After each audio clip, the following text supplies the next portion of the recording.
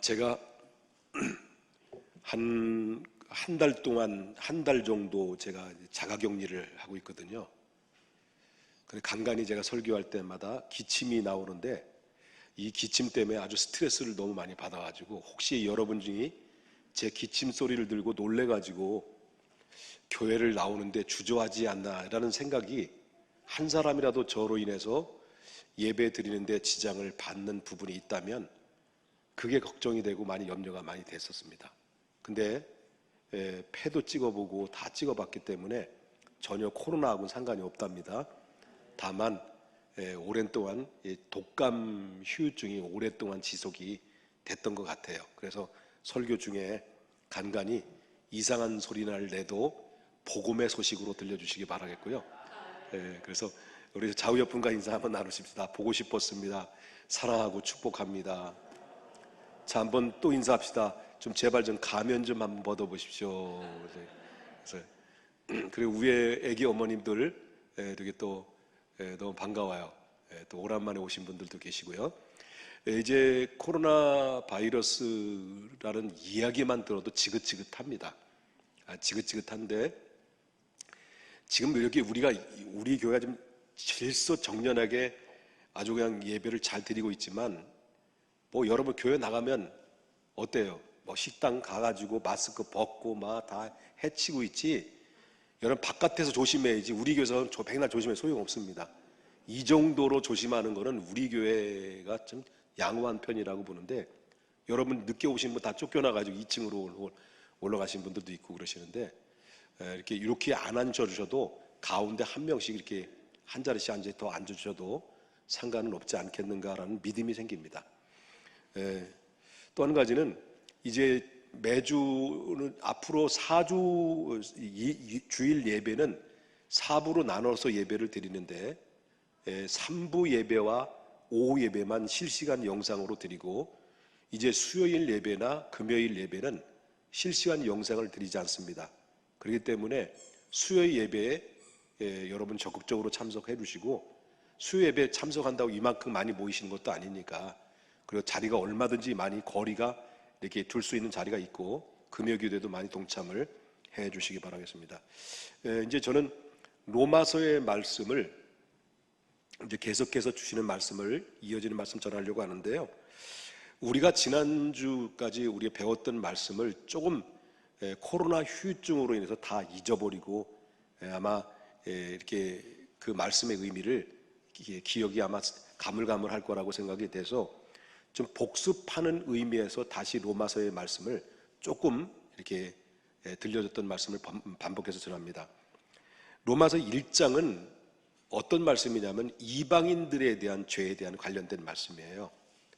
그러니까 이방인들에 들린 말씀인데 하나님이 없다, 하나님이 어디 있느냐, 하나님을 믿으면 내 주먹을 믿으라 라고 하는 사람들이 이방인들 안에서는 많이 있죠.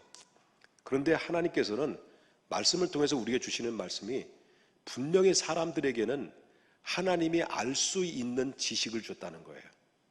그 양심을 통해서 하나님이 알만한 지식을 모두에게 본능적으로 다 주셨다라는 거예요. 그래도 믿을 수 없으니까, 그래도 못 믿을 것 같으니까 하나님이 창조의 세계를 통해서 모든 산천초목을 바라보면서 이것이 바로 하나님의 솜씨다, 이건 내 솜씨다 라고 보여주면서 하나님의 살아계시고 하나님의 역사하심을 바로 그 창조의 세계를 통해서 사람들에게 알렸다는 거예요. 이것이 바로 이 로마서 1장에 들려주시는 말씀인데 그런데도 불구하고 끝까지 그래도 못 믿겠다라고 끝까지 거부하는 사람들에게는 할 수 없이 하나님께서는 사형에 해당하는 심판을 받지 않을 수가 없다라는 것이 로마서에 나오는 말씀이에요.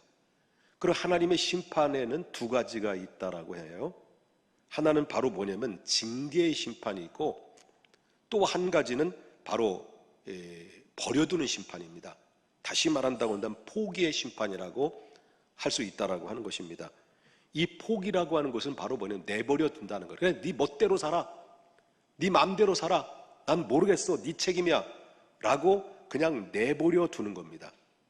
그러니까 끝까지 하나님을 거부하고 부인하고 그 하나님을 인정하지 않는 사람들의 마음속에는 그냥 하나님이 자기 멋대로 살도록 하나님께서 내버려 두니까 어떤 결과가 찾아오냐면 사람의 마음속에는 세 가지가 찾아오게 됐어요. 내버려 두니까. 그 세 가지에 찾아오는데 그 바로 뭐냐면 하나는 종교적으로 내버려 두는 겁니다. 종교적으로 내버려 두니까 하나님이 없다라고 하지만은 그러나 삶을 살다 보면 본능적으로 하나님을 찾고 싶은 마음이 생기는 거예요. 그런데 하나님을 떠나고 하나님을 인정하지 않으니까 어떤 결과라냐면 하나님을 대신해서 뭘 만드는 거예요? 자기의 피로. 하나님은 너무 거북스러운 거예요. 하나님이 너무 싫은 거예요. 하나님의 간섭이 싫은 거예요. 그래서 자기가 독립하기 위해서 자기 나름대로 편하게 자기 나름대로 신을 섬기기 위해서 만들어내는 것이 각종의 우상들이죠. 우상은 하나님이 만든 게 아니에요. 이 세상에는 수만 가지, 수백만 가지의 우상들이 있잖아요.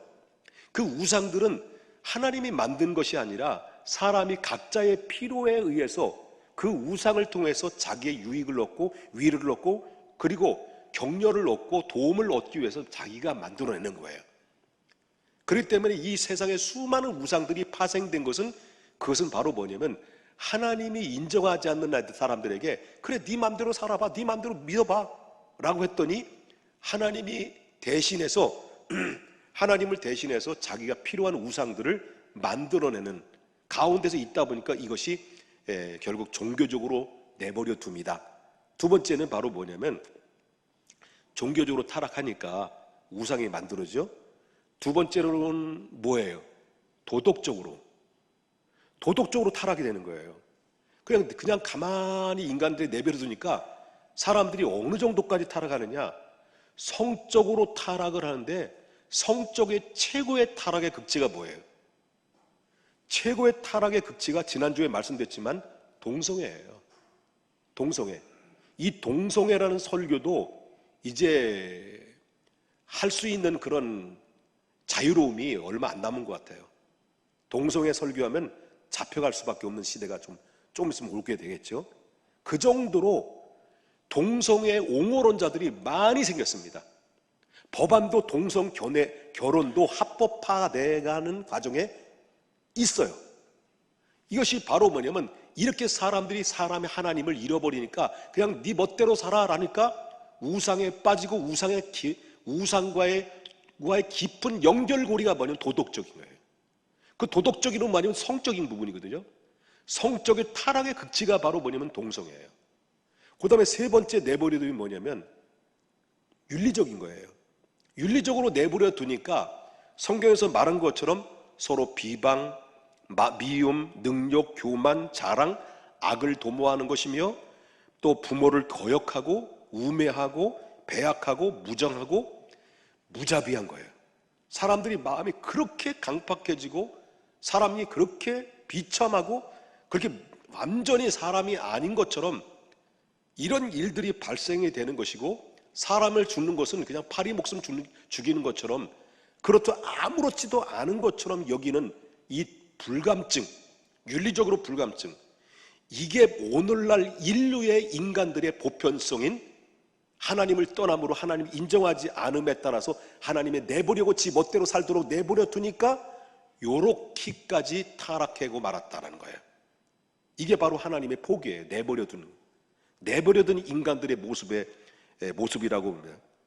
그래서 이것을 끝까지 하나님을 떠난 인간의 결과물이 로마서 1장에 소개하고 있으면서 로마서 1장의 결론이 뭐냐? 로마서 1장 결론은 그것이 바로 뭐냐면 이와 같이 행하는 자들에게는 뭐에 해당한다는 거예요? 사형에 해당된다. 결과적으로 볼 때는 하나님의 심판 앞에 딱 서게 되는데 결국 그 책임은 누구에게 돌아오느냐? 우리에게 돌아오게 되는 것이다. 이게 바로 이방인들에 대한 하나님의 심판에 대한 1장의 말씀이라고 볼 수 있다라고 하는 거예요. 우리가 지금까지 로마서 1장과 2장 16절까지 말씀에 들었던 결론의 내용이 그 말씀인데, 자, 이방인들은 이방인들은 제가 지금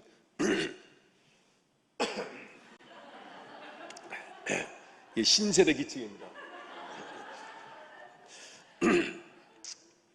자, 지금까지 1장과 2장 16절까지 나오는 말씀의 총 결론이 뭐냐면 뭐예요? 유대인이든지 헬라인이든지 야망인이든지 모든 사람들이 이 지구촌 안에 살고 있는 숨쉬고 살아있는 모든 인간은 하나님 앞에 제 아래에 있고 하나님의 진노 아래에 있다. 그 말이 결론의 내용이에요. 이것이 바로 지난번까지 들었던 하나님의 말씀이다라고 부릅니다. 그런데 분명히 1장의 결론과 지금까지 지난주에 말씀드렸던 결론이 뭐냐면 헬라인이든 야만이든 유대인이든 할 것 없이 모두 제 아래에 있고 진노 아래에 있다고 하나님의 말씀을 선언했는데도 불구하고 이 세상의 모든 사람들은 다 죄 있는지 모르지만 죄 있는지 모르지만 우리는 다르다라고 이렇게 거기에 하나님의 심판에 대해서 승복할 수 없고 그리고 이해할 수 없고 거기에 동의할 수 없다라고 항소를 하는 민족이 있어요. 그 항소를 한 민족이 누구냐? 바로 유대인들이었다는 거예요.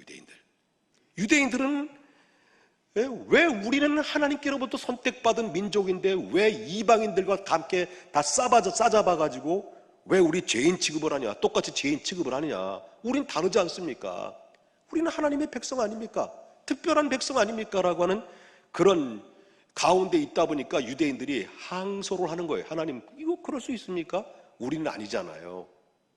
라고 했을 때 그 유대인들의 항소 앞에 바울 사도는 그들이 얼마나 잘못되고 잘못된 생각을 가지고 있는가, 이 사실에 대해 성경의 말씀을 조목조목 들추어내면서 그들의 잘못된 부분들을 오늘 본문의 말씀을 더부터 시작해서 드러내고 있는 내용이 오늘 저와 여러분이 우리 홍기용 목사님이 성경 봉독했던 그 말씀 안에 다 포함되어 있다는 것을 우리가 보게 된다는 거예요. 자, 그렇다면 유대인들이 잘못된 게 뭐냐라고 이제 보기보다는 그 전에 먼저 생각할 것은 유대인들에게는 크게 자랑거리가 몇 가지가 있냐면 세 가지가 있었어요. 유대인들에게는 이 세 가지는 유대인들은 꼬박 죽어요. 이 세 가지는 속된 말로 환장을 해요. 이 세 가지 문제 앞에는 그게 바로 뭐냐면 크게 자랑거리 중에 첫 번째가 바로 그들은 무엇을 자랑하냐면 혈통을 자랑했어요. 다른 민족과 우리 민족은 다르다. 혈통이 우수하다. 그 혈통이 누구의 혈통이라고 생각하냐면 하나님께서 모든 인류의 역사 속에 한 인물을 택했는데 그 인물을 통해서 구원하고자 하는 하나님의 믿음의 모델을 세운 사람이 누구냐면 아브라함이거든요. 그 아브라함은 이삭을 낳고 이삭은 야곱을 낳고 야곱이 거대한 민족이 되어서 그 아브라함의 뿌리가 쭉 내려오면서 유대인들이 그 후손들이 된 거거든요. 저는 경주 김씨거든요. 그 이유는 잘 모르겠어요. 왜 경주가 김씨가 되는지 족보에 대해서는 모르겠는데 족보를 따지는 분이 많이 있잖아요. 김해 김씨 있으십니까? 김해 김씨는 양반일까요? 양반일까요? 경주 김씨는 양반일까요? 양반일까요? 양반이거든요. 이거예요. 족보가 좋다. 그러니까 이 유대인들은요, 혈통 그러면 환장을 했어요. 환장. 대단한 민족으로 자부심과 긍지를 가지고 있다. 우리가 누구냐? 아브라함의 혈통이다. 라고 이렇게, 그러므로 이방인들은 감히 비교할 수 없는 하나님의 위대한 성민으로서 우리가 이스라엘 백성들이 바로 그런 민족이다라고 첫 번째 자랑거리로 삼았던 것이 혈통이었다는 것을 보게 된다는 거죠. 그리고 이스라엘 백성은 사실상 혈통적으로도 그렇고 머리가 뛰어나요. 대한민국의 사람과 이스라엘 백성들의 머리, 그러면 우리나라 사람이 머리가 더 좋아요. 이스라엘 백성들은 머리가 더 좋아요. 거의 비슷비슷해요. 그런데 두 번째 자랑거리였어요. 두 번째 자랑거리는 뭐냐면 율법을 자랑했어요. 자, 율법은, 자, 이제 17절을 보겠습니다. 17절. 다 같이 한번 읽어볼까요? 시작. 유대인이라 불리는 내가 율법을 의지하며 하나님을 자랑하며. 뭘 자랑했다는 거예요? 율법을 자랑했다. 하나님을 자랑했다.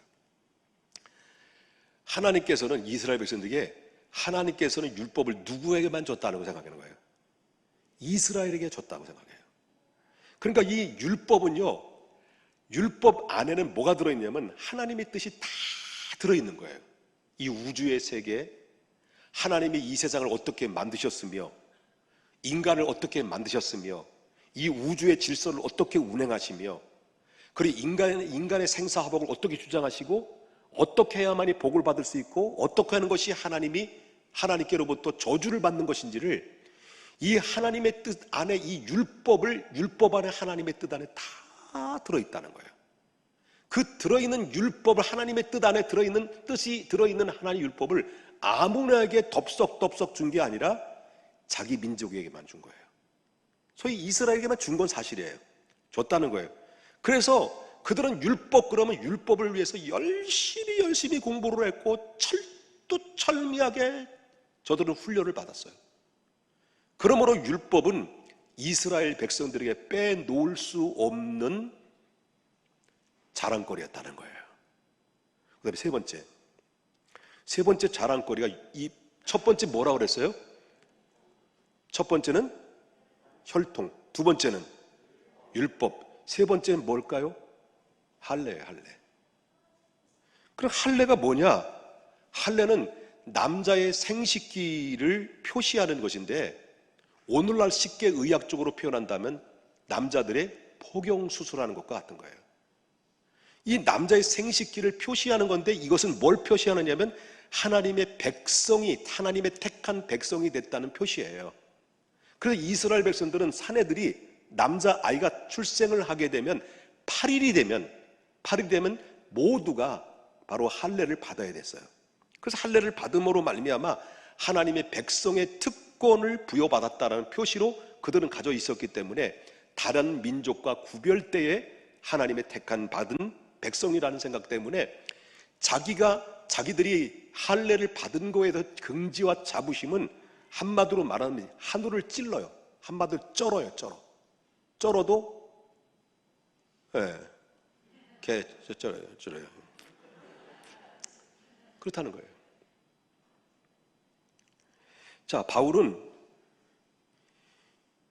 이 유대인들이 혈통, 율법, 할례 이 자랑거리를 바울 사도도 인정했을까요? 인정했어요. 바울도 인정한단 말이야. 너희들 혈통 그래, 인정한다.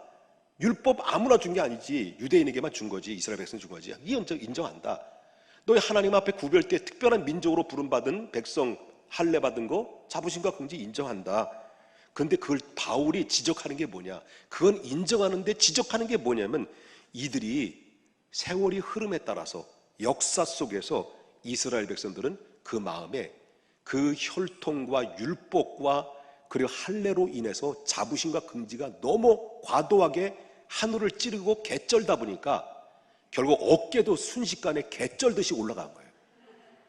훅가시가 들어가면서 교만이 하늘을 찔러기 시작하면서 그 귀하고 귀한 자랑거리가 세월이 지나면서 혈통과 율법과 그 다음에 할례라는 그것은 형식만 남아있지 그동안 내용들이 그 안에 내용들 고귀한 혈통의 고귀한 내용 그리고 율법이라는 고귀한 내용 할례라는 근본적인 정신의 내용은 다 증발돼 버린 거예요. 형식만 남아있지 내용은 다 증발되고 말았다는 거예요. 그래서 그들은 생각하기를 혈통과 율법과 이 할례가 있으면 어떤 죄를 져도 우리는 구원받는 데 상관없다. 구원받는 거야. 우리는 이방인들은 다 지옥의 땔감인데 우리는 달라, 예외야 라는 교만함이 헬라인이나 야만이나 모든 유대인이나 다 죄 아래 있고 하나님의 진노 아래 있다고 얘기하면서도 불구하고 이 형식계 너무 하늘을 찌릿한 이 교만한 마음들이 모든 인간이 죄 아래 있다는 것을 인정하지 않는 결과가 바로 교만하고 완악한 강팍한 마음에서 나오는 항변이고 항소였다는 것입니다. 이게 바로 이스라엘 백성들이었다는 거예요. 여러분, 물어보겠습니다.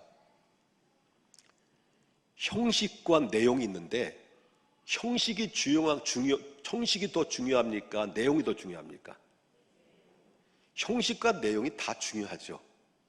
그런데 형식보다 뭐냐면 내용이 중요하다는 말씀이 맞아요. 형식이 뭐냐? 형식이라는 것은 내용을 담는 그릇이에요. 내용을 담는 그릇인데 형식만 있고 내용은 다 사라지고 증발됐다고 한다면 그 형식은 아무런 효력 가치가 없는 거예요.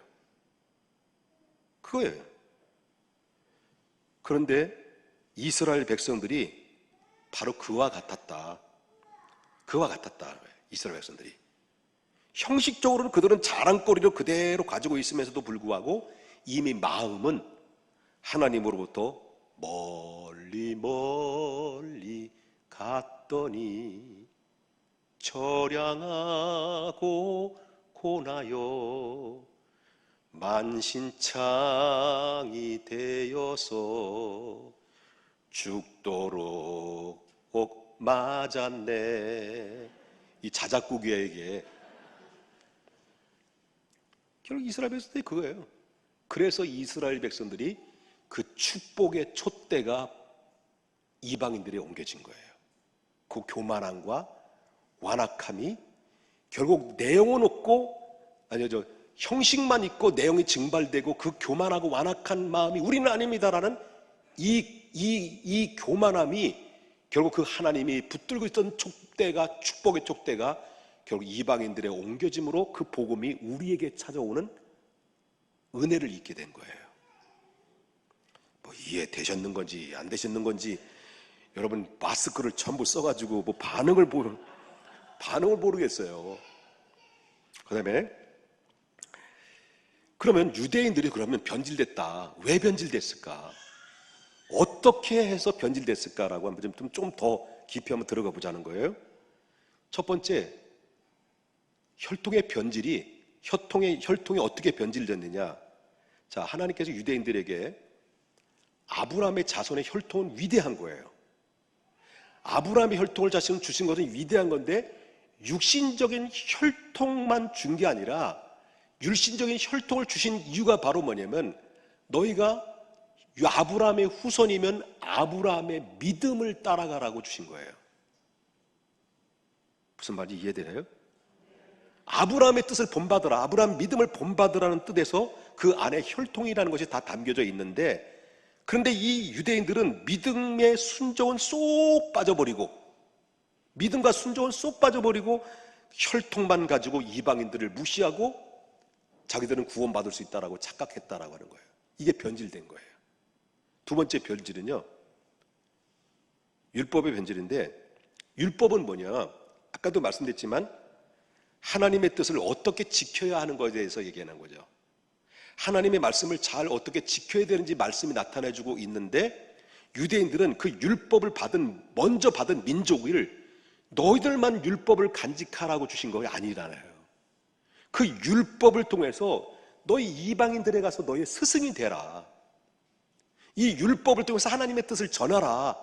이 율법에 담겨져 있는 하나님의 의미가 무엇이고 하나님의 계획이 무엇이고 하나님의 인간을 향한 구원의 계획이 유대인을 위시해서 유대인을 통하여 모든 열방의 구원의 계획이 펼쳐진 이 세계를 너희는 가서 스승이 되어서 이 율법을 알려서 그들을 선도하라고 율법을 주었단 말이에요. 근데 그들이 무슨 짓을 한 거예요? 율법을 받은 것 가지고. 보십시다. 21절과 22절 좀 보겠습니다. 여러분 좀 졸리시나요? 이해가 좀 되셔요? 그럼 이해되면 무슨 끄떡끄떡이라도 좀 해주시면 제가 이렇게 반응을 좀 보이는데, 아니면 마스크 벗고 약간 살짝 미소를 좀 보여주셔도 되고요. 자, 21절과 22절, 그 율법을 어떻게 그들이 변질시켰느냐. 다 같이 한번 크게 한번 읽어보겠습니다. 시작. 그러면 다른 사람을 가르치는 내가 내 자신을 가르치지 아니하느냐? 도둑질하지 말라 선포하는 내가 도둑질하느냐? 간음하지 말라 하는 내가 간음하느냐? 우상을 가증히 여기는 내가 신전의 물건을 도둑질하느냐?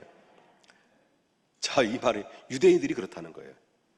문제는 아는 것만큼 순종하고 가르친 만큼 실천하지 못했다는 거예요, 유대인들이. 그래서 결국 다른 사람을 가르치는 내가 왜 내 자신을 스스로 가르치지를 않느냐? 도둑질 하지 말라는 거 선포하는 내가 왜 도둑질하느냐? 그때 당시에 여러분 도둑질하지 말라는 이 말의 의미 속에는 그때 당시에 이 세계 고리 대금업자들이 가장 많은 민족이 누구예요? 유대인들이에요. 경제를 부여잡고 경제를 뒤흔들고 지금 전 세계를 움직이고 주도하는 민족이 유대인이에요. 고리 대금업자가 가장 많아요. 그리고 간음하지 말라는 내가 어째 내가 간음하느냐? 유대인들 이야기에서 얘기하는 거예요.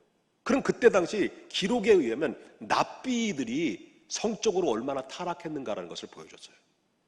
그 다음에 우상을 가증히 여기는 내가 어째요? 신전에 그 우상들을 도둑질, 물건을 내 도둑질하느냐? 이런 말. 자, 그러면 그때 노마더를 기록했을 때 당시부터 60년대까지, 60년 정도까지 유대인들은요, 정말 우상숭배를 한 번도 해본 적이 없어요. 우상숭배를 드린 적도 없어요. 근데 유대인들이 문제가 바로 뭐냐면 60년간 우상에 빠진 적이 한 번도 없는데 이방인들이 훔쳐온 물건이 있잖아요. 우상들. 이들이 뭐냐면 우상은 섬기지 않았으나 이방인들이 섬기고 있는 우상, 신전에 섬겼던 우상들을 도둑놈들이 훔쳐오잖아요. 훔쳐오면 그것을 값싸게 팔고 그리고 거기에 수십 배를 덧입혀가지고 비싸게 팔아먹는 우상 장사가 됐다는 장사. 이게 바로 유대인들이 했다는 거예요. 한마디로 누이 죽고 매부 좋은 거죠. 그래서 율법을 자랑하는 내가 율법을 범함으로 하나님의 욕되게 하는 것이 그게 바로 너희들이 아니냐라고 바울은 고발하고 있다라고 하는 것입니다. 이것은 어쩌면 우리 한국 교회를 향한 주신 말씀이기도 해요. 오늘날 우리 교회를 향한 하나님의 메시지일 수도 있어요. 여러분, 다른 사람을 가르치는 내가 우리 한국 교회가 70년대, 80년대, 90년대만 해도요, 정말 아름다운 빛이었고, 그리고 또한 빛이었고, 소금이었고, 그리고 모든 향수, 소위 말한다면 존경의 대상의 교회였어요. 그 목사님이 그때 당시 지나가면 불신자들도 담배를 피는 사람도 담배를 뒤에 손을 담고 목사님 오셨어요? 라고 했단 말이에요. 그래서 그때 60년대, 70년대 제 인기 순위가 이 목사님이 존경의 대상 1위였어요. 금요 기도 때 말씀드렸지만 지금은 이발하시는 분 다음이 목사님이라는 거예요. 왜 그랬을까요? 이게 의를 위해서 핍박을 당해서 그럴까요? 아니에요. 빛이 되어야 되는데, 소금이 되어야 되는데 소금의 맛을 잃어버리니까 맛을 잃어버린 소금은 어디로 버려요? 쓰레기통에 버리는 것처럼 많은 사람들의 등을 돌리고 많은 사람의 손가락질을 당하고 이런 모든 책임들이 어디에 있느냐를 할 때 교회의 책임도 그 안에 있다는 거예요. 교회 안에 속해 있는 구성원은 또 누구예요? 우리 아닙니까? 저 아닙니까? 옆에 있는 사람이 아니라 바로 나 아닙니까? 그 책임감을 가지고 있다라는 거예요. 유대인들이 바로 그와 같은 교만하고 완악한 형식만 있지 내용이 증발되어 있는 모습들을 신랄하게 우리의 비판을 받을 만하다. 근데 현재 할례의 변질이 뭐냐? 하나님의 백성을 잊지 마라, 그거예요. 하나님의 백성을 잊지 말고 늘 감사하라고 해서 하나님께서 먼저 그들에게 하나님 백성인 것을 표식을 했는데 그 내원 쏙 빠져버리고 특권만 목숨처럼 그냥 대롱대롱 매달라가지고 간직을 했다는 거예요. 할례만 있으면 어떤 죄를 졌다 할지라도 순종치 않아도 할례만 있으면 하나님 나라의 천국에서 상속자가 될 수 있다는 그 교만하고 잘못된 생각을 그들이 가지고 있었다는 거예요. 그래서 유대인들의 생각을 한마디로 표현하자고 한다면 그거예요. 이래서 종합해서 말하자면 세상의 모든 사람들은 다 죄인입니다. 그러나 누구만 빼놓고 모든 세상의 사람들은 다 죄인지만 누구만 빼놓고라는 거예요. 자기들만 빼놓고. 이것이 바로 유대교의 사상이었고 고정관념이었다는 거예요. 그 결과로 하나님을 찬송하라고 하는 선택받은 민족이 오히려 하나님을 욕되게 만들어서 이방인에게 모독이 되는 그런 가운데 있다는. 그래서 23절과 24절 한번 보겠습니다.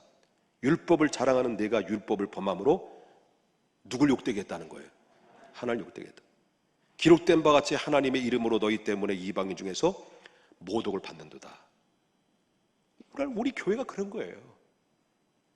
오늘날 교회처럼 욕 안 먹는 시대가 없습니다. 여러분, 오늘 보니까, 오늘 잠깐 인터넷 뒤져보니까 거기에 딱 한 문장이 떴는데, 아빠가 딸이 교회를 안 나간다고 그래가지고 십자가에 뭐 등으로 가지고 막 애를 후려쳐서 고발당해가지고 됐다는 거예요.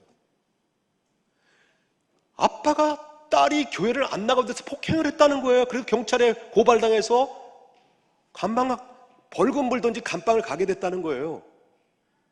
그러면 그 딸이 교회를 나가게 물리적으로 나가지 않은 물리적인 방법으로 교회를 나가게 하는 것보다는 그렇게 갈 수 있도록, 교회 딸이 잘 나갈 수 있도록 아빠가 잘 감동을 줘야죠. 자녀들에게 감동을 줘서 존경받을 수 있는 아빠의 모습을 보고 아빠가 믿는 하나님, 아빠가 섬기고 있는 그 하나님을 내가 믿고 섬겨가자 하는 감동을 줘야 가지. 자기가 가르치는 내가 가르치지도 않고 행하지도 않고 믿음도 없고 표식만 가지고 있는 그런 형식만 가지고 있는 틀만 가지고 있는 내용이 알맹이에 쏙 빠져있는 외식적인 마음을 가지고 어떻게 내 자녀들을 감동시키고 이끌 수 있냐. 물론 부모들은 완벽할 수 없어. 너희 자녀들 잘 들어야 돼. 맞아. 그리고 우리 아빠 완벽하지 않아. 그 다음 교회 다음부터 안 나와. 그러면 지옥 가는 거야.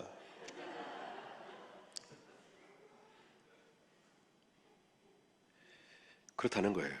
요즘 말로 바꿔서 말한다 그거예요. 나는 4대째 신앙에 뼈대가 있는 집안이다.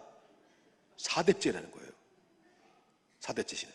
우리 집안에는 목사가 몇 명인데, 장로님이 몇 명인데, 사모님이 몇 명인데, 이와 같은 어마무시한 그런 뼈대가 있는 족보를 가지고 있다는 거예요. 나는 어렸을 때부터 성경을 달달달달 읽어왔다는 거예요. 그래서 많이 배워서 안다. 난 세례를 받았고 교회 직분도 받아도 장로님도 되고 집사도 되고 권사도 됐다. 그래서 어떻다는 거예요. 그래서 내 마음속에 생각하기를,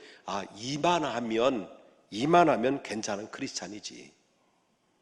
내가 뭐가 문제냐, 이렇게 생각한다는 거예요. 여러분, 그런데 본인의 생각은 완벽하다고 생각하는지 몰라요. 근데 세상 사람들은 그렇게 보지 않아요. 요즘은 더 그래요. 요즘 세상 사람은 더 그렇게 보지 않습니다. 오히려 그 사람 때문에 하나님의 욕되이고, 왜 그럴까요? 그 이유가 뭘까요? 신앙의 형식만 있을 뿐 본질은 사라졌기 때문에요. 중요한 건 본질이에요. 본질이 사라졌고 내용이 사라지고 형식만 있다는 거예요.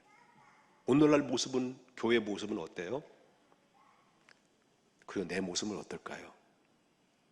표면적으로는 틀림없이 기독교인이 맞아요. 표면적으로는 십자가 달려 있어요.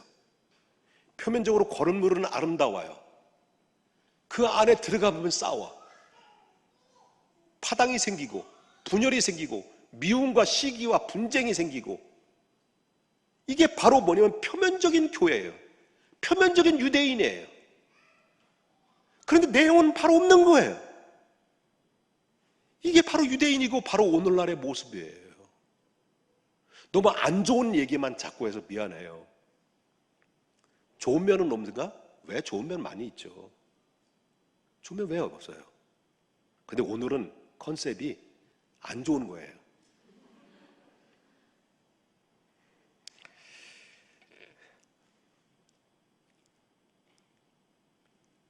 자, 오늘 본문에는 이렇게 말하고 있어요. 28절과 29절 보겠습니다. 제가 살살 얘기하는 것은 기침이 나올까 봐. 자, 28절과 29절 한번 누가 읽어주시겠습니까?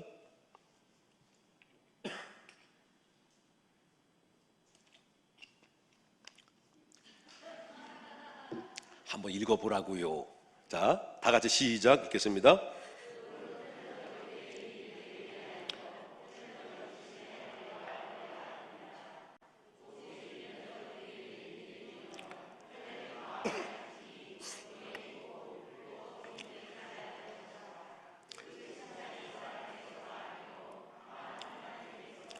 아멘.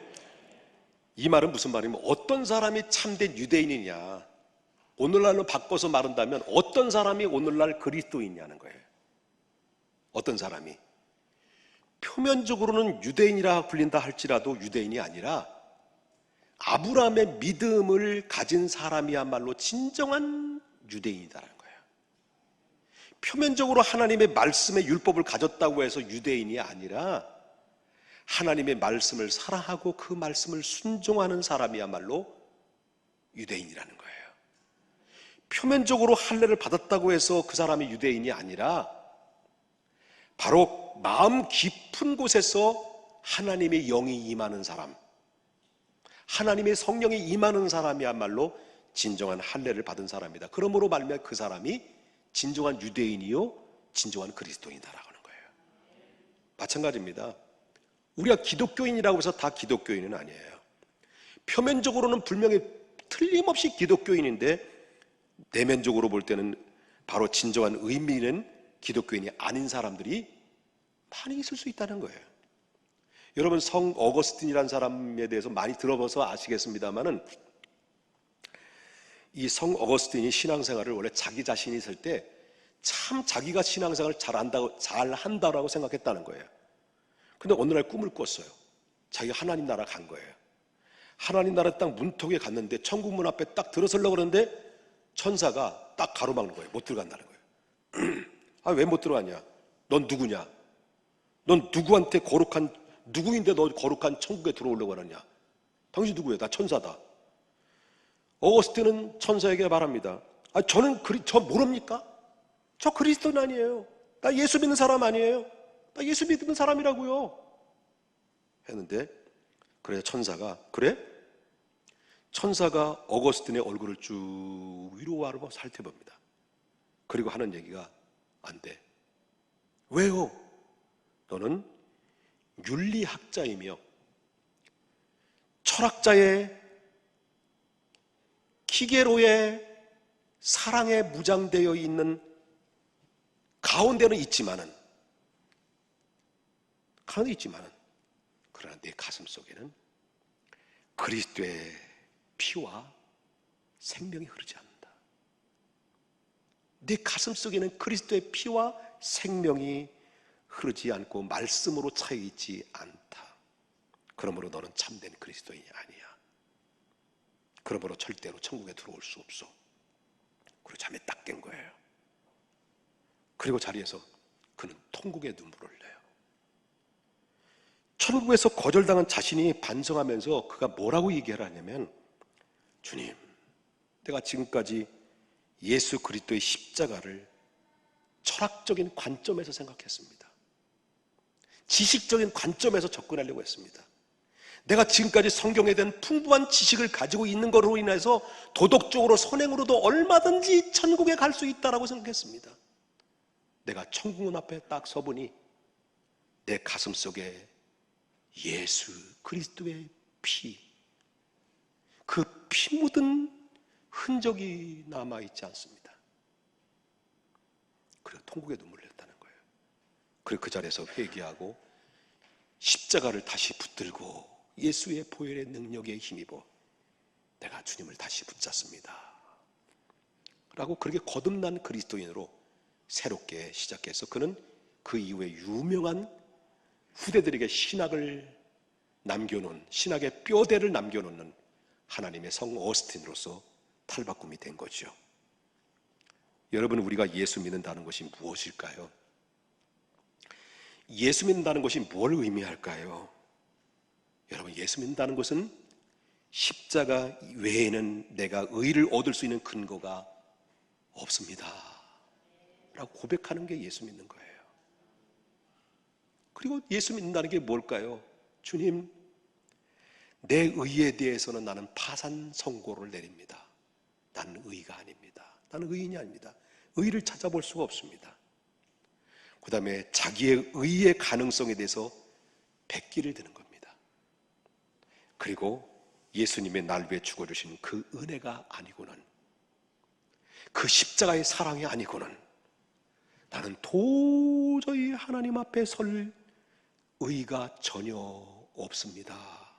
그러므로 내가 당신을 의지합니다.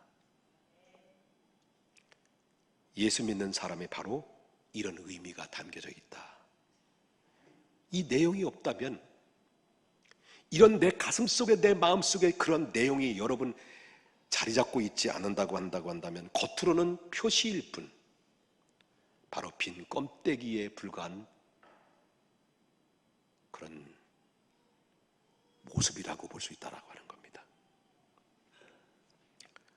하나님께서는 왜 이스라엘 백성들을 왜 자꾸 실패한 모습으로 보여주느냐?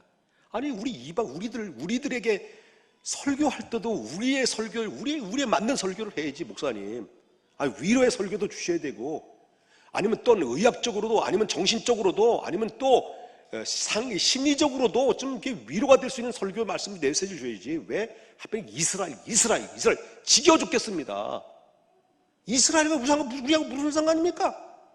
라고 여러분 또 그렇게 생각할 수도 있을 것 같은 분들이 한 두 분이 계실 것 같아가지고 제가 다시 말씀드린다면은, 이 말을 제가 자꾸 이 말씀을 통해서도 이스라엘을 이야기의 예를 드는 이유가 바로 뭐냐면, 이스라엘처럼 실패하지 말자는 거예요.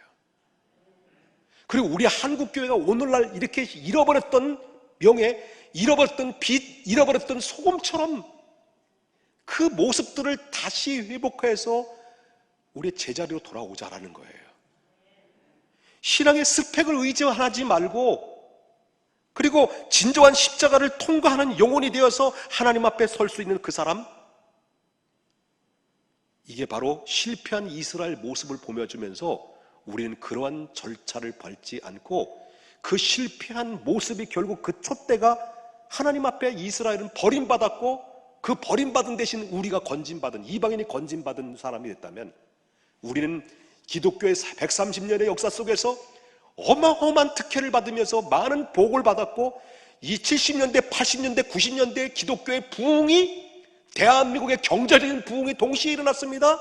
여러분, 다윗 한 사람이 하나님의 마음에 합한 자가 됐으니 그 이스라엘을 40년 동안 태평성대를 이뤘던 것처럼, 기독교의 부흥과 기독교의 온전한 하나님의 삶을 살아가는 그 믿음의 삶은 그 나라의 태평성대를 이루는데 밀접한 관계를 가지고 있는데,